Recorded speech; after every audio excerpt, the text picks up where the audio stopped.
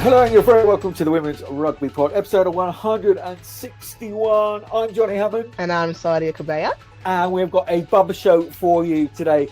Not only one, but two guests from wXV1. We have got the Black Ferns co-captain, Kenny Simon, coming up on the pod after victory over Wales at the weekend, of course, taking on the Red Roses this weekend. And we've got Emma Wassell reflecting on Scotland's WXV2 victory. The champions of WXV2 will have all the news from around the world, plus looking ahead to a massive weekend of WXV1 as they wrap things up. But first of all, certainly most importantly, Sadia Kabir, how are you?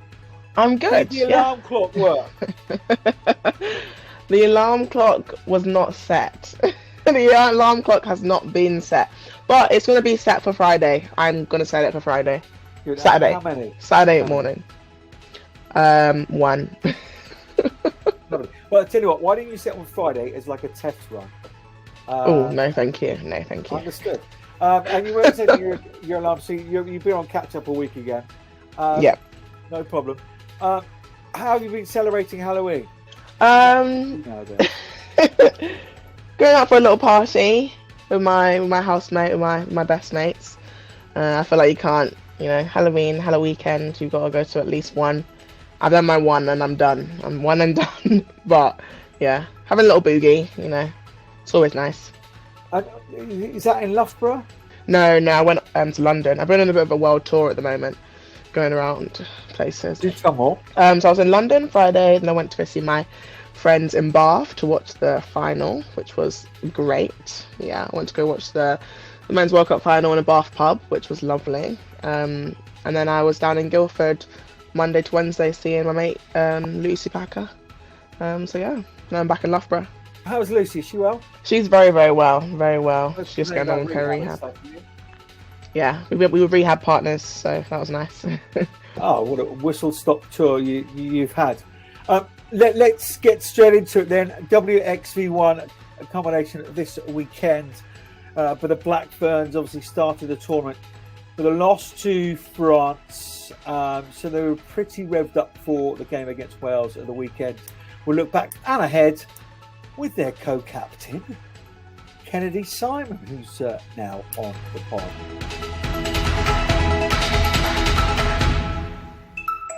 It is a huge pleasure on the WRP to be joined by the Black Ferns co-captain, Kenny Simon. Kenny, here, good morning to you. Good morning, but good evening as well.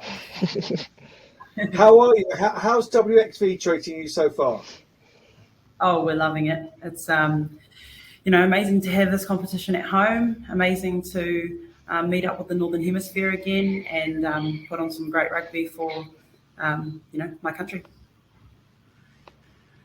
Being picked up through the country, because obviously you changed venues a couple of times. It's a good pick-up wherever you go? Yeah, well, we're loving it. The crowds probably could be better, and every week we're saying that on our feeds, but around the town is a buzz, definitely. Everyone's talking about how they see the English walking around and the French, and they're big athletes, and yeah, it's really exciting. You played the Welsh at the weekend, another tree.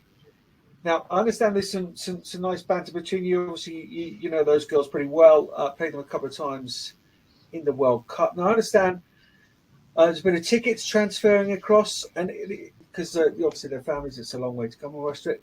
And a thank you gave them to pop 70 points. Grand thumping.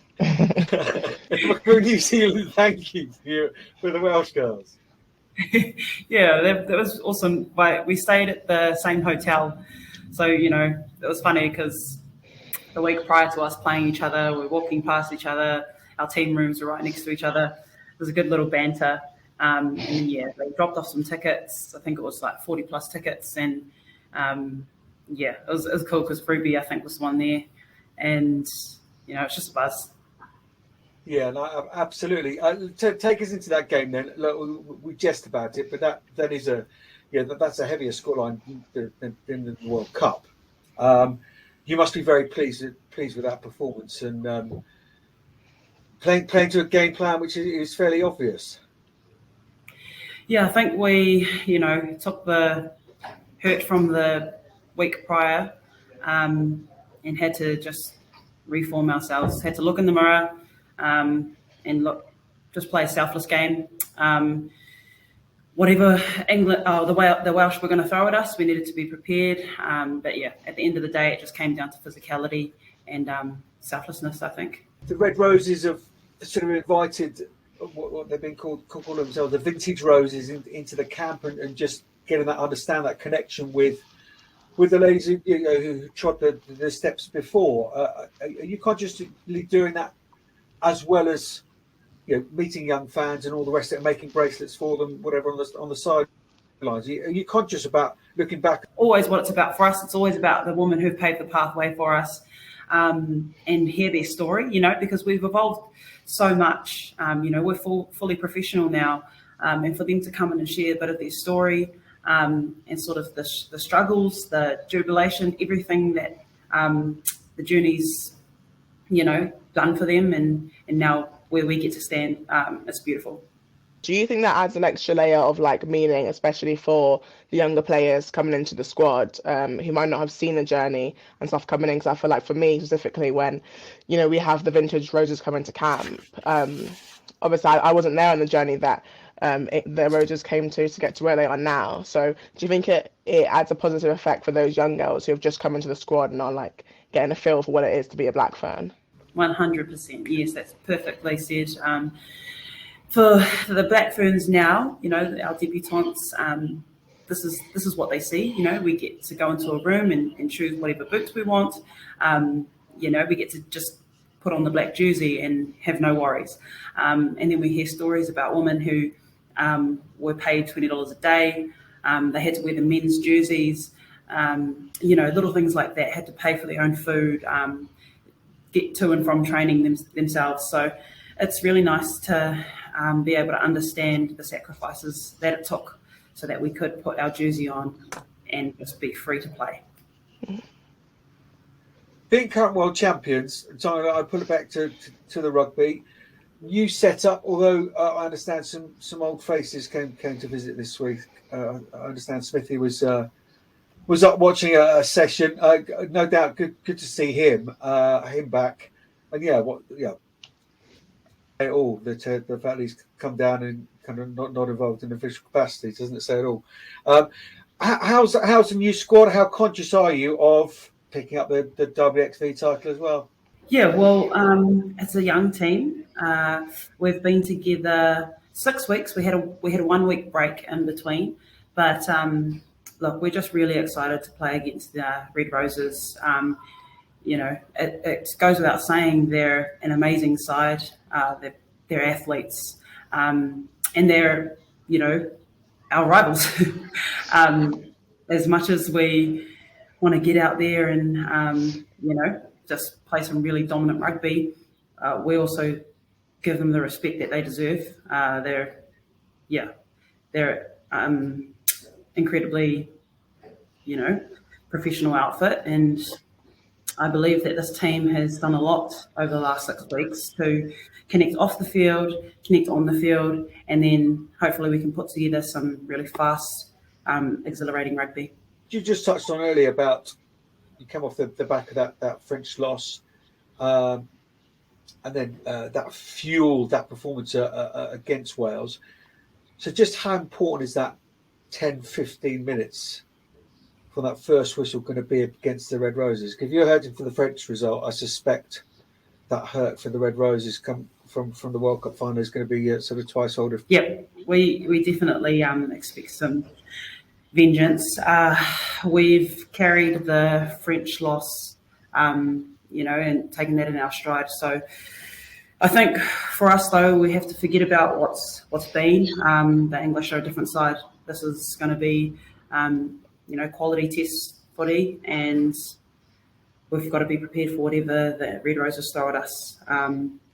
Good. So you've been doing a lot of practice on defending driving lineouts this week, then? Yeah, maybe. She can't tell us that. I'll bring it back to the squad. No, great stuff. Kenny, we'll leave it there. Thank you so much for your time. Really, really appreciate it over the weekend. Let rugby be the winner. Yes, thank you, Johnny. Thank you for having me. I'm Fiona Coughlin. You're listening to the Women's Rugby Pod. Well, let's look back at the details of that game, Sadia. 70 points to 7-2 New Zealand. Know each other very well, but that's a heavier scoreline than in the two World Cup games. What did you make of it? I mean, I thought it was a great game of rugby from obviously the Black Ferns side. A lot of flair, a lot of talent on display. I think they obviously had a lot of disappointment from their loss against France, and I think they wanted to take that into the game against Wales. And it was definitely one of those games of not taking the foot off the gas, even if there's 50 points up. But I thought, yeah, from a Black Ferns point of view, it was great to see all the link up plays, see their forwards and their tough carries. But I also, a lot of their tries came from out wide, and I think the pace they have in the wing and the distributors they have in the middle are, they're linking up really well at the moment. Almost a mirror image of the All Blacks. Start really fast, got out of the blocks, and they were 17-0 up first 20 minutes or so, and then that yellow card to Noel Metcalf, I think it was, the Wales fullback. And then two of those tries, it really doesn't help. But they identify it really quickly, don't they? Because that changes your pendulum at the back three. And lo and behold, Ruby Tui starts scoring some tries. And I should have asked Kennedy, shouldn't I, that Mararangi Paul, I believe I pronounced that correctly, got a hat-trick as well. So identify that space, but out wide, they're very impressive. Very, very crisp, very sharp. Yeah, definitely. I mean, like I said, their edge players are rapid. They're very strong as well, and they have great footwork. And I think they also, Ruby Tui and is obviously very experienced in the sevens game, but I think she uses that vision she has as well on those edges. You can, even if there's a little bit of space, she always manages to get down that wing and score. So yeah, they've got a lot of talent on their edges. And for Wales, how disappointed will they be with that? Because we spoke to Kelsey Jones last week, and they were fired up. Obviously, there's they talk about mystique, don't they, of playing New Zealand. Wales don't have that over the fact they meet them quite often, but also they're knocking around the same hotel tickets almost. Yeah, I mean, it's not the most normal situations when you're about to play a team, seeing them every day when you're on your way to training, reminded of your position. I mean, any loss is gutting when you play, and to get a big loss like that, I can only imagine it can be very diminishing for any team. And hats off to Wales. I think they're a team who thrive on passion and their team bonding, and anytime we play Wales, always to the death, no matter what score they have on them, they are always going to give it their all. And obviously, at the end of the day, they did get 70 odd points put on them, but I think they did. You can always see that fight, but there must be a lot of things to go back to the drawing board with them. But yeah, I think they'll be very, very disappointed with that loss. Yeah, they will be, but I guess this is kind of the aim of WXV, isn't it? And to see where we're at. That was another, to see how big the gap is. Well, it's 63 points. It's simple as that. So yeah, some work to do for Wales. England were victorious as well. Picked up their second victory. You obviously know the result by then because you're watching it on catch up. You didn't have the joy of live sport like the rest of us. No joy of life. 45-12 down in Dunedin. Third meeting in the space of 6 weeks. That can't be easy, can it? No, I mean it definitely can't. It can't be easy at all. I mean, for both sides, playing the same team within 6 weeks, you I guess have to you have all this time to analyze the team you're coming up against, but then you also have to find a way to change your style of play and not have the other team expecting what you're going to do. So in that sense, I mean, it must be very, very difficult from both camps, because not only are you trying to kind of be 2 steps ahead of the other team, you're just trying to get yourself 3 steps ahead in your own camp. But yeah, I mean, 3 for 3 wins for England. They can only be really happy with that, and three good scores as well. Obviously, this weekend 45-12. Obviously, it started off kind of slow. Like the first half was very, very tight. I think it was, what was it, 7-7 all at half time? No, it was about 7-5 after about 36 minutes. And I think it pushed out to 21-12 just before half time. Yeah. Yeah, so it wasn't as if it was a walkover for England. Canada, they've been playing really well, and they've been putting a lot on England's doorstep and in their faces for them to deal with. But I think, yeah, in that last 30-25 minutes of the game, England just put on the gas and, really came away with the scores. Yeah, but if you're playing Canada 3 times in 6 weeks, I suspect someone in your position will be like, oh, geez, not Sophie de Goody again. Please stop running at me. She keeps coming and coming, doesn't she? England hit that power button, didn't they? Player of the match, Lark Atkin-Davis. Yeah, four tries.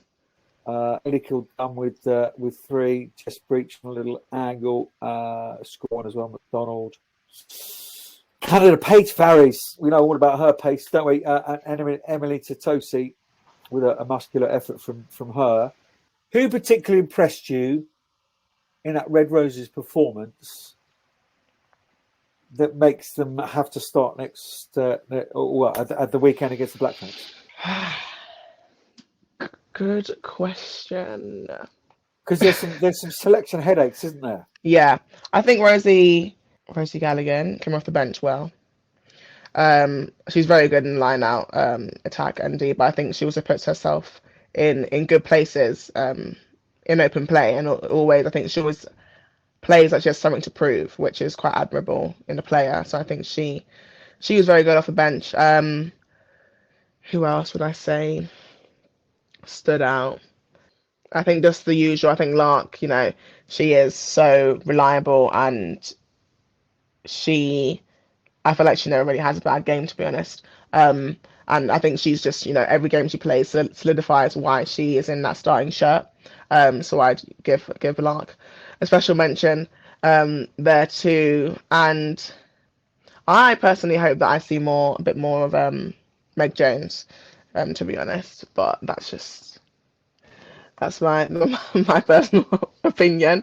I just like the way she plays. I think she brings something new to the England style of play, and puts people who we might not necessarily see into good spaces, and gives them a bit of light. So yeah, I think I go with those 3: Lark, Meg, and Rosie. Great selection headaches for the Red Roses management team. But the biggest result of the weekend, I should say, certainly WXV1, if not across WXV1, was Australia beating France 29 points to 20. Massive result. Yeah, for the Wallaroos. massive result. I mean, I didn't set my alarm. I didn't set my alarm, but when I woke up and I saw it, I was pleasantly surprised. Obviously, they haven't beaten France since, when was that now? The 2010 World Cup bronze medal match. So for them, it's an absolutely huge win. But I think they put out a really, really good performance. They must have gone back to camp and like we spoke about it, trained the way that they wanted to play in the game. So yeah, I mean, a huge win for them. Obviously, a tough loss for France, especially coming off the back of a win against New Zealand. But yeah, I mean, huge props to Australia. Yeah, let's go on the positives of that Australia victory. I just got a sense that it was coming. You look through that team sheet on paper. There's some really, really good players there. I think Cara Staliger at 10 has made a difference, and obviously she's been given the keys and said, "Get yourself and crack on." Ika Pani is scoring tries for fun. There's a really very, very strong second half for them. Do you feel it was coming with the performances that they've been having? Yes, there's some blowout on paper results against the Black Ferns over the last 12, 18, 24 months, but actually the level of performance have been growing. Yeah, no, definitely. I think there's always points where when Australia are playing that you see moments of really good flair, big breaks, and it's just they haven't been able to put the last two steps together or able to get over the whitewash, but they always have been showing moments of a lot of greatness in terms of their rugby ability. And yeah, I think it was just a matter of time until it all began to click. And I think against that their France side, they were able to put those last 2 or 3 steps together. I think they showed a lot more patience, which I think is the main thing for them, because they have a lot of ability to get into the opposition's half and to make big breaks and to make huge carries and to make good decisions.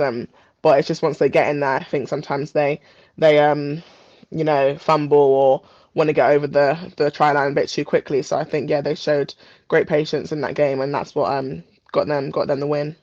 Is it a bit too obvious to say that was kind of France will beat the Black Ferns not quite at the same level? Don't get me wrong, you can't always be at the same level, although some teams go on these runs, don't they? Like you guys have done in the past, and you get to those levels, or pretty much. But is it too obvious to say, well, the French just weren't at the same level they were the week before? Yeah, I mean, it's hard to say. It's hard to say because I do feel like I don't know, maybe they went into this Australia game not giving Australia the credit that they were due. And maybe coming off the back of the win against New Zealand, they were too comfortable. I don't know, it's who's to say, but I do always think that the opposition you play sometimes, even for the best teams, affects how you play. If you're playing opposition of who you regard of super high regard, you tend to play better. So yeah, I don't think they were to the same standards, and I think that, like you said, might be a bit too obvious to say. I think if they were at the standard they were when they played New Zealand, it would have been maybe a different outcome, a different score. But yeah, I suppose sort of disprove my own sort of question, although a lot of the time we're just playing devil's advocate, of course, because they did come back strongly. Vernier picked one up, didn't she? Got a 5-point Ruffino, another one, but it was too little, too late. It was that sort of third quarter that Australia really did hammer it home. And yeah, fair play to them because it's not easy losing. And yeah, big result. As you said, last time they did it was 2010 World Cup bronze medal match. That was my first World Cup, and I've done 47 since then. So that is a long time ago. Wow. Let's move into WXV2. Go Scotland. WXV champions. Absolutely delighted for them as a bunch. They seem incredibly tight and a really good bunch of girls. And bumps in the roads that they have had. They're the champions. Stop rambling, Johnny. Let's hear from Emma Wassell. Very, very good evening to Emma Wassell. WXV2 champions. Sound good? That sounds all right, doesn't it? I don't think I've ever been called a champion before. I'll speak. Well, that's exactly what it is. And, we'll start with some real positive. Yeah, you guys are a bumpy old road, and to play it again like that when you are crowned champions, that's a really, really nice feeling. I'm sure. What were the celebrations like? That's the most important question. How long were the celebrations? So we obviously played on a Friday, And I think like it was a weird one because we were buzzing that we won, but we obviously didn't know we'd won the tournament until Italy had played USA. So we played the Friday and we didn't fly home until the Monday. So we had a Saturday, Sunday of celebrating, shall we say.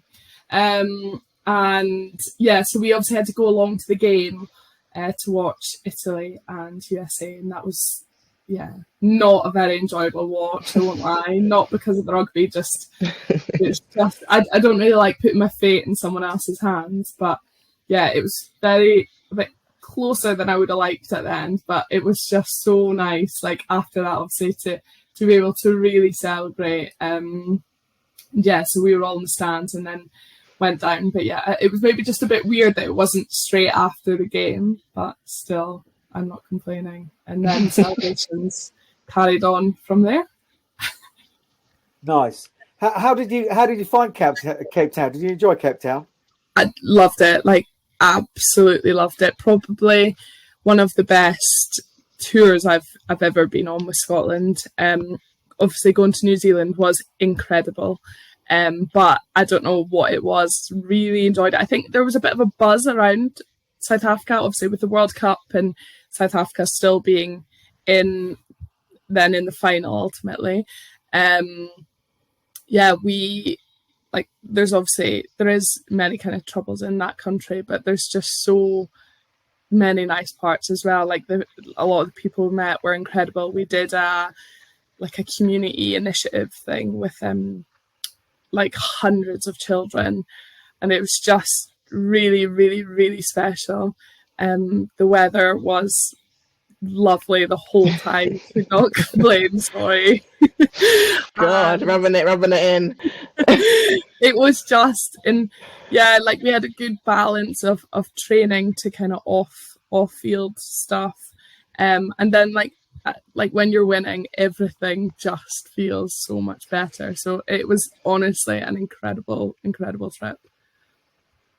Well, I wanted to ask a question, and it's a lady you know incredibly well, and yeah, a lot of people have a huge amount of respect for her. The smile on Rachel Malcolm, your skipper's face, just warmed my heart, because she's had to wear a few smiles over the years, but genuinely. And what did she say when you came off that final whistle? But I suppose you're saying it's different because you didn't know you'd won it but you'd still won all three games. What were the words she used when you finally had the final whistle on that 38-7 win over Japan?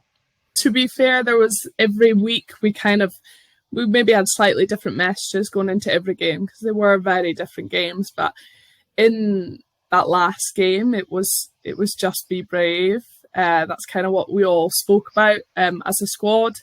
And I think that's something we did do. And I think a big kind of difference I would have noticed from maybe previous Scotland teams is we went in at half time and it was 7-all. It was pretty close, and that could have gone either way. Sometimes kind of if you get your head down, but there was just so much belief within that changing room. There was no panic. Everyone was still so fired up and ready, like to really make sure that we finished this game out. Yeah, so I think brave was the main theme of the last week, and I think that second half maybe showed it, and we managed to get a pretty decent win. Yeah, I mean, the cliche city, Scotland are brave. I mean, I know, I didn't want to say it, but that was what I was trying to say. I get it. No, and also impressive tries as well. You know, Lana's been picking up a few, your hooker from driving balls and whatever, but Emma all picked up a couple as well. That combination across the midfield seems to be just all the edges seem to be just smoothing off and rounding off. Those combinations seem to be growing nicely amongst the squad. Yeah, I think a lot of things are just clicking.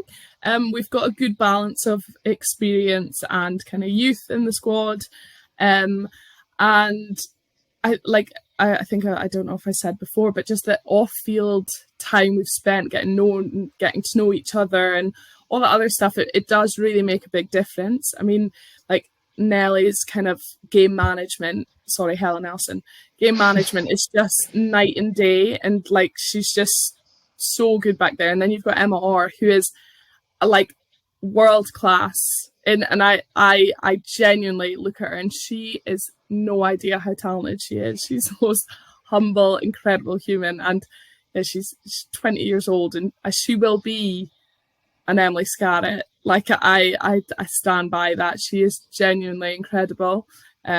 Also a farmer. So she no, and like she's just effortless in terms of everything she does. So we've got a few superstars in there. But the biggest superstar, no doubt, would have been, I would suspect by the end of the weekend, she was romping it from sort of 70, 75 metres, is Sarah Bonar. How much treacle did she hit in the last metre or two? Oh my word. So, like, obviously, the first two games, you'll have seen, Sarah Bonar was actually got a bit of an injury with her back. Yeah, back spasm, yeah. It was touch and go with her playing that last game, and like we as teammates like witnessed her in so much pain the first 2 weeks. And it was and she has had a phenomenal preseason. Obviously against the game against Spain that we played for going out, she's just like, her work rate and her skills, everything about it is incredible. She's also just a really great person to have around camp. So her getting named on the bench and being able to actually get on the pitch was just like, we were just delighted for her. So when that happened, I was on her inside, and they obviously tried to chip over. She jumps up, gets it, and I remember thinking, like, what are you going to do? And she just starts legging it. And I'm like, panic. Like, we're obviously 60 minutes in, I'm gubbed. Like, I'm not, like, I would not have been able to, well, yeah, I was nowhere near her, but I was the closest one. She strides out in true giraffe fashion. And yeah, I was honestly almost like still like welling up before she'd even got to the try line, because I was just like, as if she's doing this. No, I was delighted for her, and it was not a bad try. What's changed? Because you couldn't buy a win. I don't know. I think like experience now in terms of what we've been through, and I think like there was a period of time where we went through, well, World Cup, we lost by 1 or 2 points in the Wales game, and then same again in the Australia game. I think actually when we went 12 losses in a row, and half of them were by less than 7 points. So it wasn't like we were so far behind, but we just weren't clicking in some elements, whether that was in attack or defence, to really produce a win. And I think actually now, like, that is probably different. I do think game management is a huge part of it. I think defensively, like against USA, probably defensively the best we played, and I think sometimes it's easy to look at our attack and maybe like our goal zone or whatever, but yeah, as I said before, the mix between experience, the youth, and the time we've all spent together. It's the most time we've spent as a squad trained together. Obviously, with contracts coming in place, it's just made a huge difference on the pitch. So it's just really nice to feel like rewarded for it. I think it really shows the true spirit of Scotland, because I think so many teams can go down this rabbit hole where, you know, you get loss after loss after loss, and it's quite easy to stay at that point. And like you said, like half of your losses weren't by huge margins. Yes. But I think it just shows like the spirit that the Scottish girls have in the team, you guys do have, and to see how you have come on that journey and not just back down. It's been really good to watch, obviously from a player's perspective as well, but also from a teammate's perspective. It's just so nice to see, because obviously you guys have really put that effort and that grit in, and see you finally get your flowers. From an England girl, But all of them a love breakout. Yeah, it's great. Stop now, honestly. I need them to bring back the good energy when they get back. So I'm just hyping them up a bit. Brilliant, Emma. It's late in the evening. Conscious we're taking up lots of your time. Just one final question. I think we would all agree that there's some edges to smooth off, to use that analogy again with wXV 1, 2, and 3. But it's a starting point, and but on the ground there, how have you found it? What have been the most pleasing aspects for you and the squad? In respect to the tournament, I think like WXV2 was, I would say, very well balanced in terms of the teams there, the competitive element in every single match, and that was not just ours, the other games that weren't played, and that's what made it such an exciting tournament to be part of. I think it's super special. It was playing in different countries. It was very special playing the host nation as well. I think obviously the crowds is something, the fan base in different countries is something that I can understand why there's a challenge there, because ultimately sometimes it's hard getting fans of your own country, never mind like others. So that's obviously an element that I think in years will hopefully improve greatly. But having that opportunity to play nations such as South Africa, Japan, USA, that we would never have the opportunity unless we were at a World Cup, it's just really exciting. And then I think if all nations are doing this, just kind of growth that can come off the back of that is huge, and hopefully obviously come World Cup 25 games are going to be much more competitive. Sign her up as an ambassador. There's the answer. There's the sales pitch for WXV2. No, you speak incredibly wisely, and delighted, and what a place to go and do it, Cape Town. Right? Absolutely fantastic. Emma, thank you. Huge congratulations to you and the rest of you. Absolutely delightful to see you with great beaming smiles. And scoring some really nice stuff. So we will see you soon, 6 Nations time. In the meantime, thanks once again. No. I'll see her in about a week. See you in a week, Emma. See you in a week. Thanks so much for having me. Hi, I'm Helena Rowland, and you're listening to the Women's Rugby Pod. Let's get into those details. 38-7 it was. That was the title, because of course they didn't know until Italy played the following day. That's 6 in a row now for Scotland. And Emma was talking there, wasn't it? It's something like 12 on the bounce, losing by a point, but you're still losing. It's still an L in the results column. What for you as an outsider, and obviously you get a little sort of spike into inside the camp with your club teammates at Loughborough there. What's changed? I think a lot has gotten better around their game management and ball retention. I mean that's from a technical point of view, but I think Scotland are always a team who come together. They're very, very much a passionate side. They're driven on emotions, and I think they've pushed through this period of time, like I said, with Waz of these 12 obviously losses on a bounce, and suddenly things are starting to click, things are coming together more, and I think it's quite clear to see when they play. They seem a lot more calm, a lot more collected, and they know what to do at certain times. They know what to do when they get a penalty. They know what to do. They got obviously their drive and line out is become one of their strengths. Obviously, Lana seldom picking up a few tries there, but yeah, I think a lot of it has come down to their game management, and I don't know if that's a change in coaching, change in training, or just patience really, and reaping the rewards to their efforts. But yeah, it's great to see. I'm just going to throw something in there. Martin Haag has joined the coaching staff there. Matt Banahan's there as well, and we're seeing a lot of this, aren't we? men really keen to get involved in the women's game. But Martin Haag in particular, but he won't mind me saying, tremendous fun. Being around the block, seeing a lot of rugby in a lot of places from a lot of competitions, and you're talking about that game management stuff.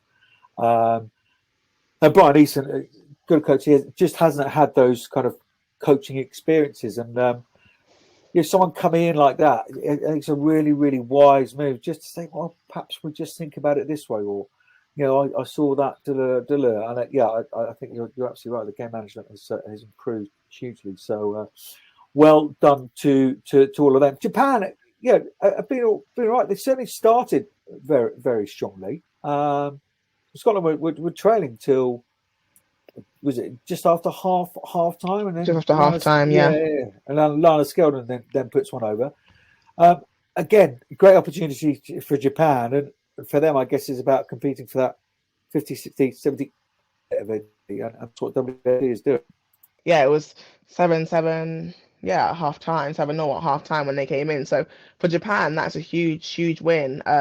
Against a side like Scotland, being able to keep them down for so long. And yeah, like you said, it's great for them being in this tournament, obviously, and being WXV2, and to put their kind of their name on the block kind of thing, because we haven't had the chance to see the 15s women's team play so much, and they haven't had the chance to play against opposition like this too. So yeah, I mean, it's great to see, and then I'm sure Japan will come away with a lot of positives, although Scotland did obviously come away with the game in the second half. I mean, a lot of teams always struggle to put two great 40-minute sides 40-minute halves together.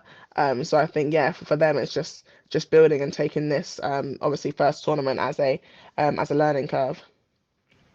Yeah, and that's outstanding try from Sarah Bonar, robbing you from 4-2 meetings. We heard all about that from Emma, but of course, yeah, they had to wait another day until the Italy result.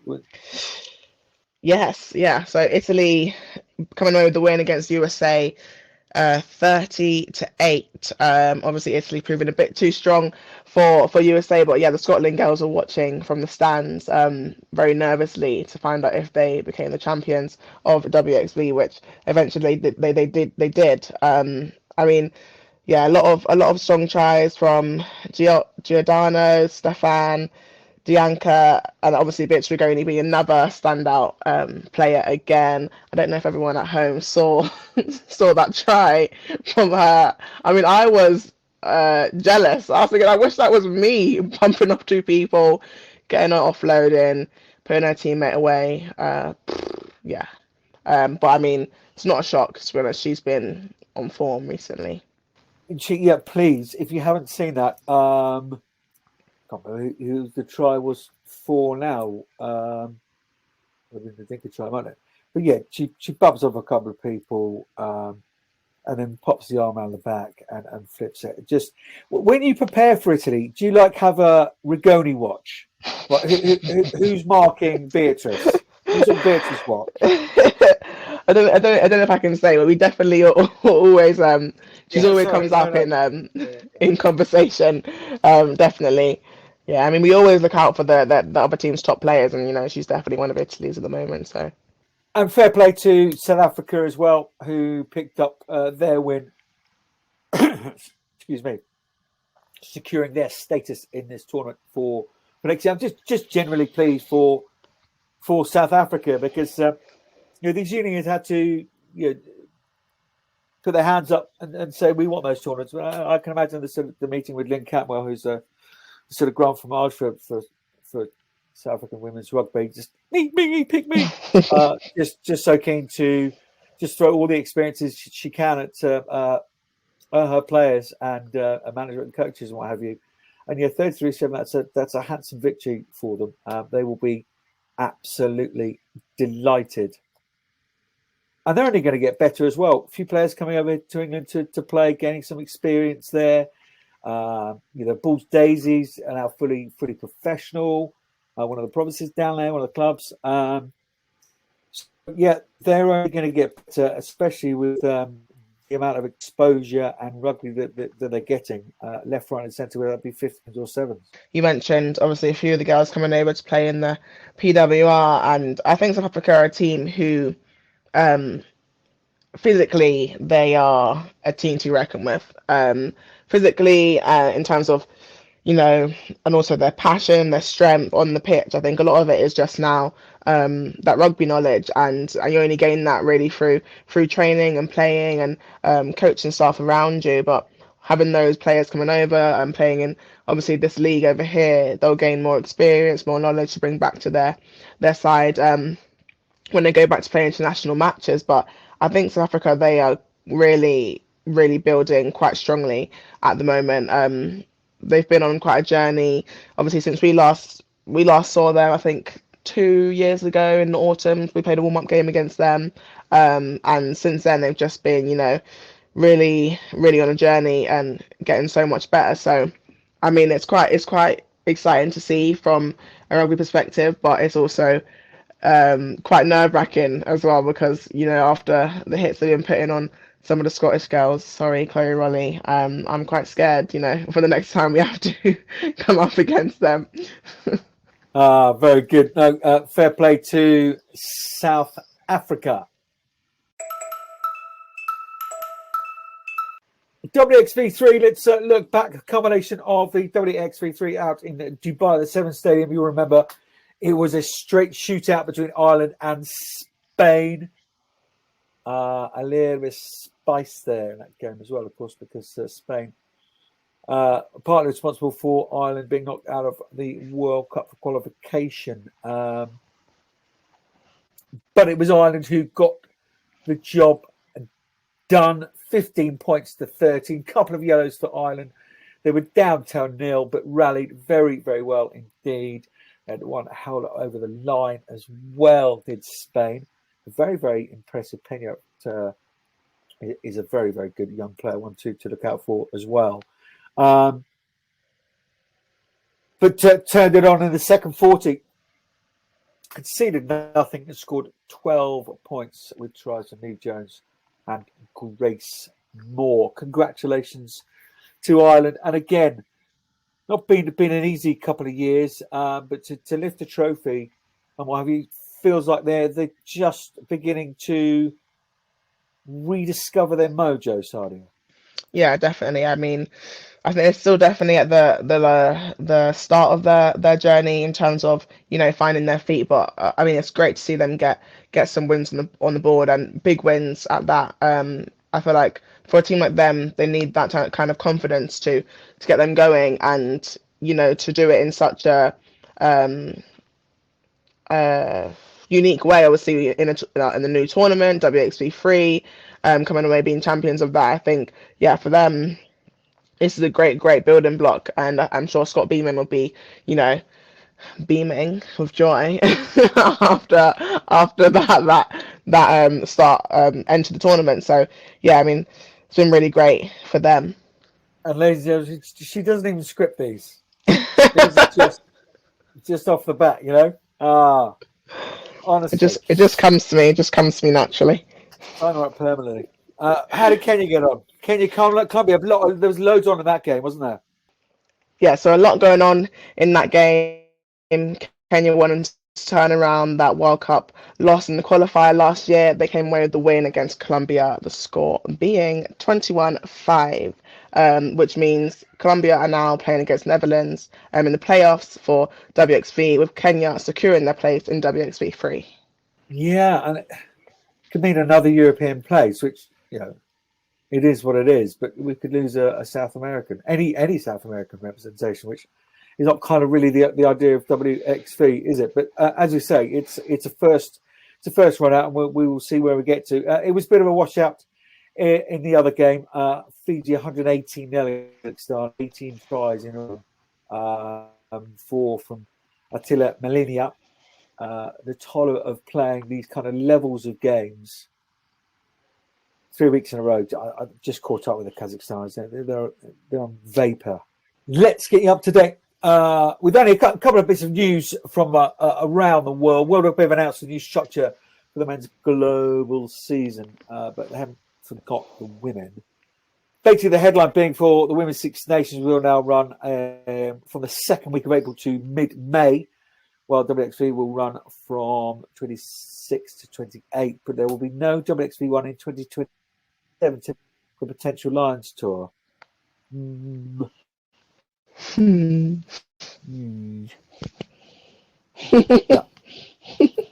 Possibly a tad too early, but hey, got to try these things. I'm never going to be a person who says, "Oh, let's not do that," because that's not what we've done before. So let's crack on. The adjustments mean that the clear international release windows, preferably not with them on for 6 weeks for regional and 8 for global, coming in from 2026. Clarity for league competitions for planning, commitment to manage player load, and a framework to review the calendar on an ongoing basis. So all positive stuff, just joining stuff up. On the topic of very positive stuff, the RFP are in discussions with New Zealand about a standalone game between Red Roses and the Black Ferns at Twickenham Stadium next year. And I mean, if anything, if the last standalone game was anything to go by, obviously England, France in Twickenham, record-breaking crowd. Yeah, it's very exciting to think what England Black Ferns game at Twickenham could be like. Oh, stop it! I'm too excited for this time of the night. Games like that. Speaking of England, New Zealand, let's jump ahead to this weekend, the final round of wXV1. Before we preview those 3 games, let's look at the state of play. England lead the way on the maximum 10 points. New Zealand on 6, Canada and Australia on 5, France on 4, Wales yet to get up and running. Tell us about the fixtures then, Sadia. So in the final rounds of wXV, Australia take on Wales, 6 o'clock British time on Friday. And that'll be on ITV and S4C. On Saturday at 3 a.m, very, very early, I will not be awake. France will be taking on Canada, and that'll be a rugby pass. No more Halloween. France will be playing Canada, and that'll be on Rugby Pass TV. And then finally, England will be playing New Zealand, a rematch of that World Cup final at 6 a.m. British time, and that will be on ITVX2. Let's do it chronologically then, shall we? Australia, Wales. Off the back of a really good result for Australia, the biggest challenge for them then is a mental one. Yeah, no, definitely. Wales, right? For very different reasons, obviously. Definitely. I mean, I think this game's going to be quite an interesting one. I think both teams still got quite a lot to prove. Australia obviously kind of off the back of a great win, but I mean, everyone was very surprised about their win. So I think they're going to come back thinking, showing people actually we can do this week in, week out, and come away with good wins. And obviously, Wales off the back of quite a hard loss. They are a good side. They are a good outfit, and we see it in Six Nations. They do come away with good results and put good rugby out there. So I think it'll be a game of 2 teams battling it out to show what they can do. So I think that'll be a really, really interesting matchup. I don't understand. Well, 63 point division point off the Black Ferns. That side on paper. Yeah, it's a really, really good side. Really, there's plenty of experience there. You've got your superstars.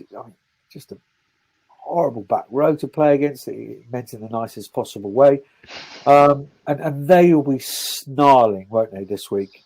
The likes of Calendar and Butchers won't have taken that amount of chance against the Black Ferns. So, yeah. Who's going to win it? I'm going to go with Australia. Taking the win. I think they'll be on a roll. I think as long as they train really well this week, and I'm sure they will be going into training, focus on finishing on a high, they'll be able to come away with that win. I think they're a really exciting side to watch, and I think they're good at finding the space, and I think they'll do that quite well against Wales.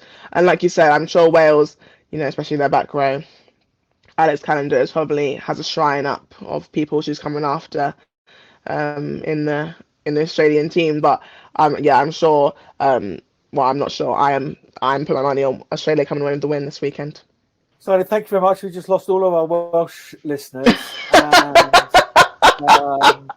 I can't wait to watch Loughborough Lightning against Gloucester Hartbury later on in the season. Yeah, no, you're being honest, and we love you for it. France, Canada. You'd say two very evenly matched teams. I think both been on a bit of different journeys. Obviously, Canada come off back of 3 losses, but 3 still very strong performances from them. 3 losses, I say 3 losses against Red Roses, but still putting out great performances in WXV. Obviously, their result against Wales was a very positive result too, and obviously France having going one.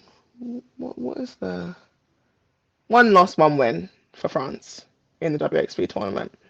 So both teams, on the same page in terms of that. But yeah, it'll be great to see 2 teams go head to head. Obviously, I think Canada are number 3, France number 4 in the world, if I'm right. So yeah, always to see the top 4 teams. Great to see the top 4 teams going against each other. So yeah, I think that will be a really good matchup too. You're going away that early. Who's winning? What nation's listeners are we going to lose now? I'm gonna say France. Ooh, I think they will be wanting to prove a lot. So I'm gonna say France. Yeah, France to bounce back then. Yeah. What do you think, Johnny? I think Canada, because I think they're really good athletes. They and they get better and better the more time they have together, because they don't have that time together. It's 47-hour flight from one side of Canada to the other. So they just don't get that time together. And I think naturally with all these teams, you're in a World Cup, change round, as it were. And France is still sort of beginning to find their feet with newer players. We're up to 10, beginning just to find a feet. But no, I think they'll go strong in terms of selection. But no, I think Canada will get the job done. So you're going France, I'm going Canada. 3 a.m. British Standard Time for that one, Rugby Pass TV. And then let's look at the big one. Rerun of the World Cup final. We have from Kennedy. Yeah. ITVX for that one, 6 a.m. as we say, British Standard Time. Let's get into. We touched on a bit of selection earlier on, didn't we? Where do England have to be better than they have been this WXV, or indeed who were in the World Cup final? Oof, what a question. I mean, the World Cup final is a very different team to what it was then. But I think that is a really hard question, because I think there was a lot of things we've done so right in the World Cup final. But I'm gonna say where we will need to be extra strong, if not better, when we play against New Zealand, will be definitely just defending the edges, defending, their superstar players, defending that speed, because they can play from anywhere. We've seen them do it against us, we've seen them do it from everyone.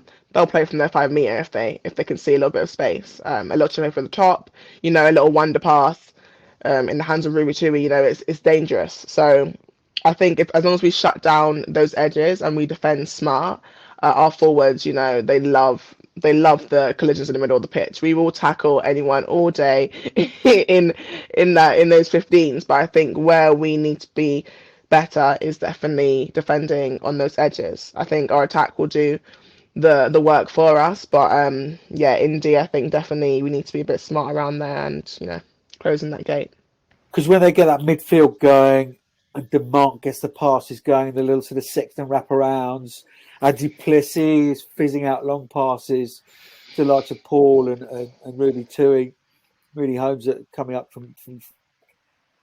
Is there another way to do this and say, well, actually, don't give them the ball, and to use a well-used phrase and probably an archaic one, but to pop the ball up the jumper, and there was lots of complaints, weren't there, about the way that England approached the game at the World Cup. I don't care. I'm sure Razzie Erasmus doesn't really care about how the Springboks won the World Cup, but they've just won the World Cup, and you won't necessarily remember how they did it. You've got to play what's appropriate. Is there a temptation from England, do you think, to do that? Because they just are so strong, not lacking Davis scoring tries for fun again. We're quite comfortable with the ball in our hand and with it out of our hand as well.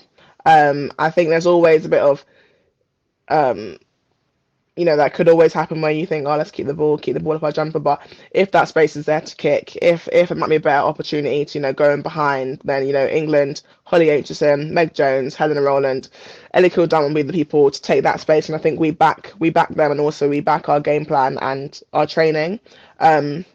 So I think, yeah, it'll always come down to the game. Maybe it becomes a really tight game and we think, right, we need to keep the ball here. But I think the way we want to play, if that space is there to kick, if we've been playing for too many phases, this game of rugby is so tiring at this point, and it's so fast. So sometimes, you do need to put the pressure back on to the other side. But yeah, I think my guess is that we won't go out with that game plan, and you'll see a lot of kicking, a lot of ball out of hand, because we want to put that pressure onto them. But if we can trap them down in that half, that'll be great. But yeah, it always will change depending on how they're playing and what the score is. Have you seen much change? Really, I'm a little talking like 7-10 days, but can you see a slight change, a John Mitchell influence? You've spoken to any of Bezies in camp, and is it slightly different with John Mitchell striding around? I haven't seen the change me personally, but I have heard a lot from in camp. He's definitely, his presence is being felt, and he likes to be quite involved with the players. So he'll definitely walk around during training, during a session, and give tips here and there to players, or little things he thinks needs to change. So he's definitely not he's not coming and like taking a back step in his coaching role. And a lot of the girls are receiving him very positively. So maybe we will see a lot more in this game against New Zealand, how he plans to affect our game plan. But a lot of it was done by him before he came in, remotely, before he went into Japan. Obviously he met with the coaches, so a lot of what you're seeing now has come from Mitch, just been put to us through the other coaches. So yeah, not too much of a change, because we've already been practicing his way, or what he wanted to be put forward. So yeah, he's going to love you as a player. I hope so. I can't wait to can't wait to get his hands on you. Oh my word, he's going to love that. Are you? What is it like? I mean, it's slightly different when you're not watching it live, of course. It's on catch up, but it's your heart. Oh God, I wish I was in New Zealand. Or are you quite? Well, I'm injured. I've compartmentalised that. I'll be back. It's no problem. How do you sit? Are you a watcher? I mean, I think I love watching rugby anyway. Like, I like to watch the games from a spectator point of view. But my main frustration is just not playing. Not necessarily not being out in New Zealand or playing certain opposition. Or I don't sit there and think, oh, I would have made that tackle and I would have been over that breakdown. But I do wish, I could crunch someone like someone else was crunching someone on the pitch. So yeah, I've definitely probably compartmentalized it in terms of, like, I'm not playing right now. There's not much I can do, but it doesn't shake the feeling of I really want to be out there smashing someone. Fair enough answer. See, Miss Rugby, not necessarily. Yeah. Oh, what a brilliant answer! Right? You just missed the sport that you love and lucky enough to play. Come on then, with your head, not your heart. Who is going to win? Even if my heart said something different, I would have to say the Roses. But my head says Red Roses are going to come away with the win. By how many? Going to be tight, or do you think there may be a bit of daylight one way or towards the Red Roses? Yeah, I definitely think there'll be a bit of daylight. I think it'll be a very close game, but I do think we will come away with it in the second half, towards the end of the second half. So I'm going by 2 tries. We will take the win. You're talking sort of 10 to 14 difference. Yep. See how quickly I did my maths then. You had it here first, ladies and gentlemen. Red Rose is going to beat the Black Ferns 10 plus points. My word. I'm with you though. I think the Roses will get it done. And I like the expansion, the evolution of the game that we're seeing. And yeah, but it's going to be it's going to be one hell of a game. So just to remind you, those fixtures again from the combination of wXV1. These are all British Standard Time, 6 a.m. on Friday from the Mount Smart Stadium in Auckland. Australia versus Wales. Yes, I shouldn't have done it in a Polish accent, should I? Anyway, that's on ITVX and S4C on Saturday, 3 a.m. France versus Canada, Rugby Pass TV for that one. And then 6 a.m. England against New Zealand, ITVX. That's about it for another week. Do you have a few shout-outs this week, though, Sadia? Yes, we do. First one going to Tyler Nathan Wong, being named World Rugby's Women's Sevens Player of the Year at the World Rugby Awards just gone. I don't know when the rest of the awards are going to take place. I was looking on the Instagram thinking, oh, where are the rest of the women's awards? But big shout out to Tyler Nathan Wong. I think she's been ruling the Sevens circuit for a long time now. So it's been great to see her get her roses. Yeah, outstanding awards. The Opera House there in Paris. Very much looking forward to invite to the women's at such a swanky venue. Looking forward to that because obviously everything's got to be down the line 50-50. So yeah, we are promised that World Rugby are doing a separate awards for the women. They want to wait to the end of wXV. That's what we're being told. But now I'm looking forward to the big black tie event for the women's awards. That's exactly what the men got. But Tyler Nathan Wong, well done you. Alana Thomas, friend of the pod. Huge congratulations. You probably should send this a few weeks ago, but her appointment as Fiji's women's high performance manager, a bit of a whirlwind to jump straight into WXV, but she'll be happy with that thumping win over Kazakhstan at the weekend. Great way to finish off in Dubai. So well done you, Alana. Enjoy your time in Fiji. And Holly Myers, a rising star in the world of officiating and a new mum.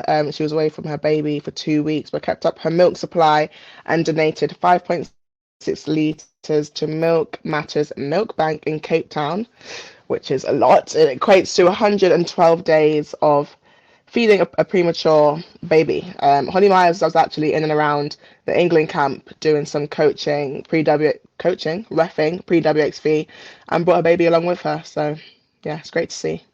Yeah, awesome. I lovely girl. Her husband Emerson. But just to put it out there, I'm breaking down this to say, well, why can't you talk about these things? You can be a mum, do your passions, do your jobs, and also while doing it, you're donating and helping others. But just to put it out on social media, fair play to you, Holly, and well done.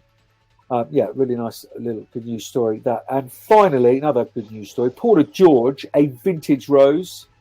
Oh, hell of a player. And Joe Card. Congratulations to them on the launch of their book, Our Game Matters, a book celebrating those women that have shaped the game. And of course, it includes 2 of her very own, Dame Sunta and Rach Berthington's. So yeah, congratulations to Paula and to Joe. So it's been great fun again. Good fun chatting to Kennedy, Simon, and to Was. Anyway, see, I shouldn't attempt these nicknames, should I? Yeah, great to have your company again. Huge thank you to Tom and to Vicky. What are the plans for this weekend? Are we popping over to Milan for Friday night and then down to Berlin and then across to somewhere else for this weekend? No, just popping back home to London, see the family, and being up at 6 a.m. on Saturday is my main plan. Be there. Sadia, good luck at the weekend. Enjoy London town, and we'll see you next week. Thank you very much.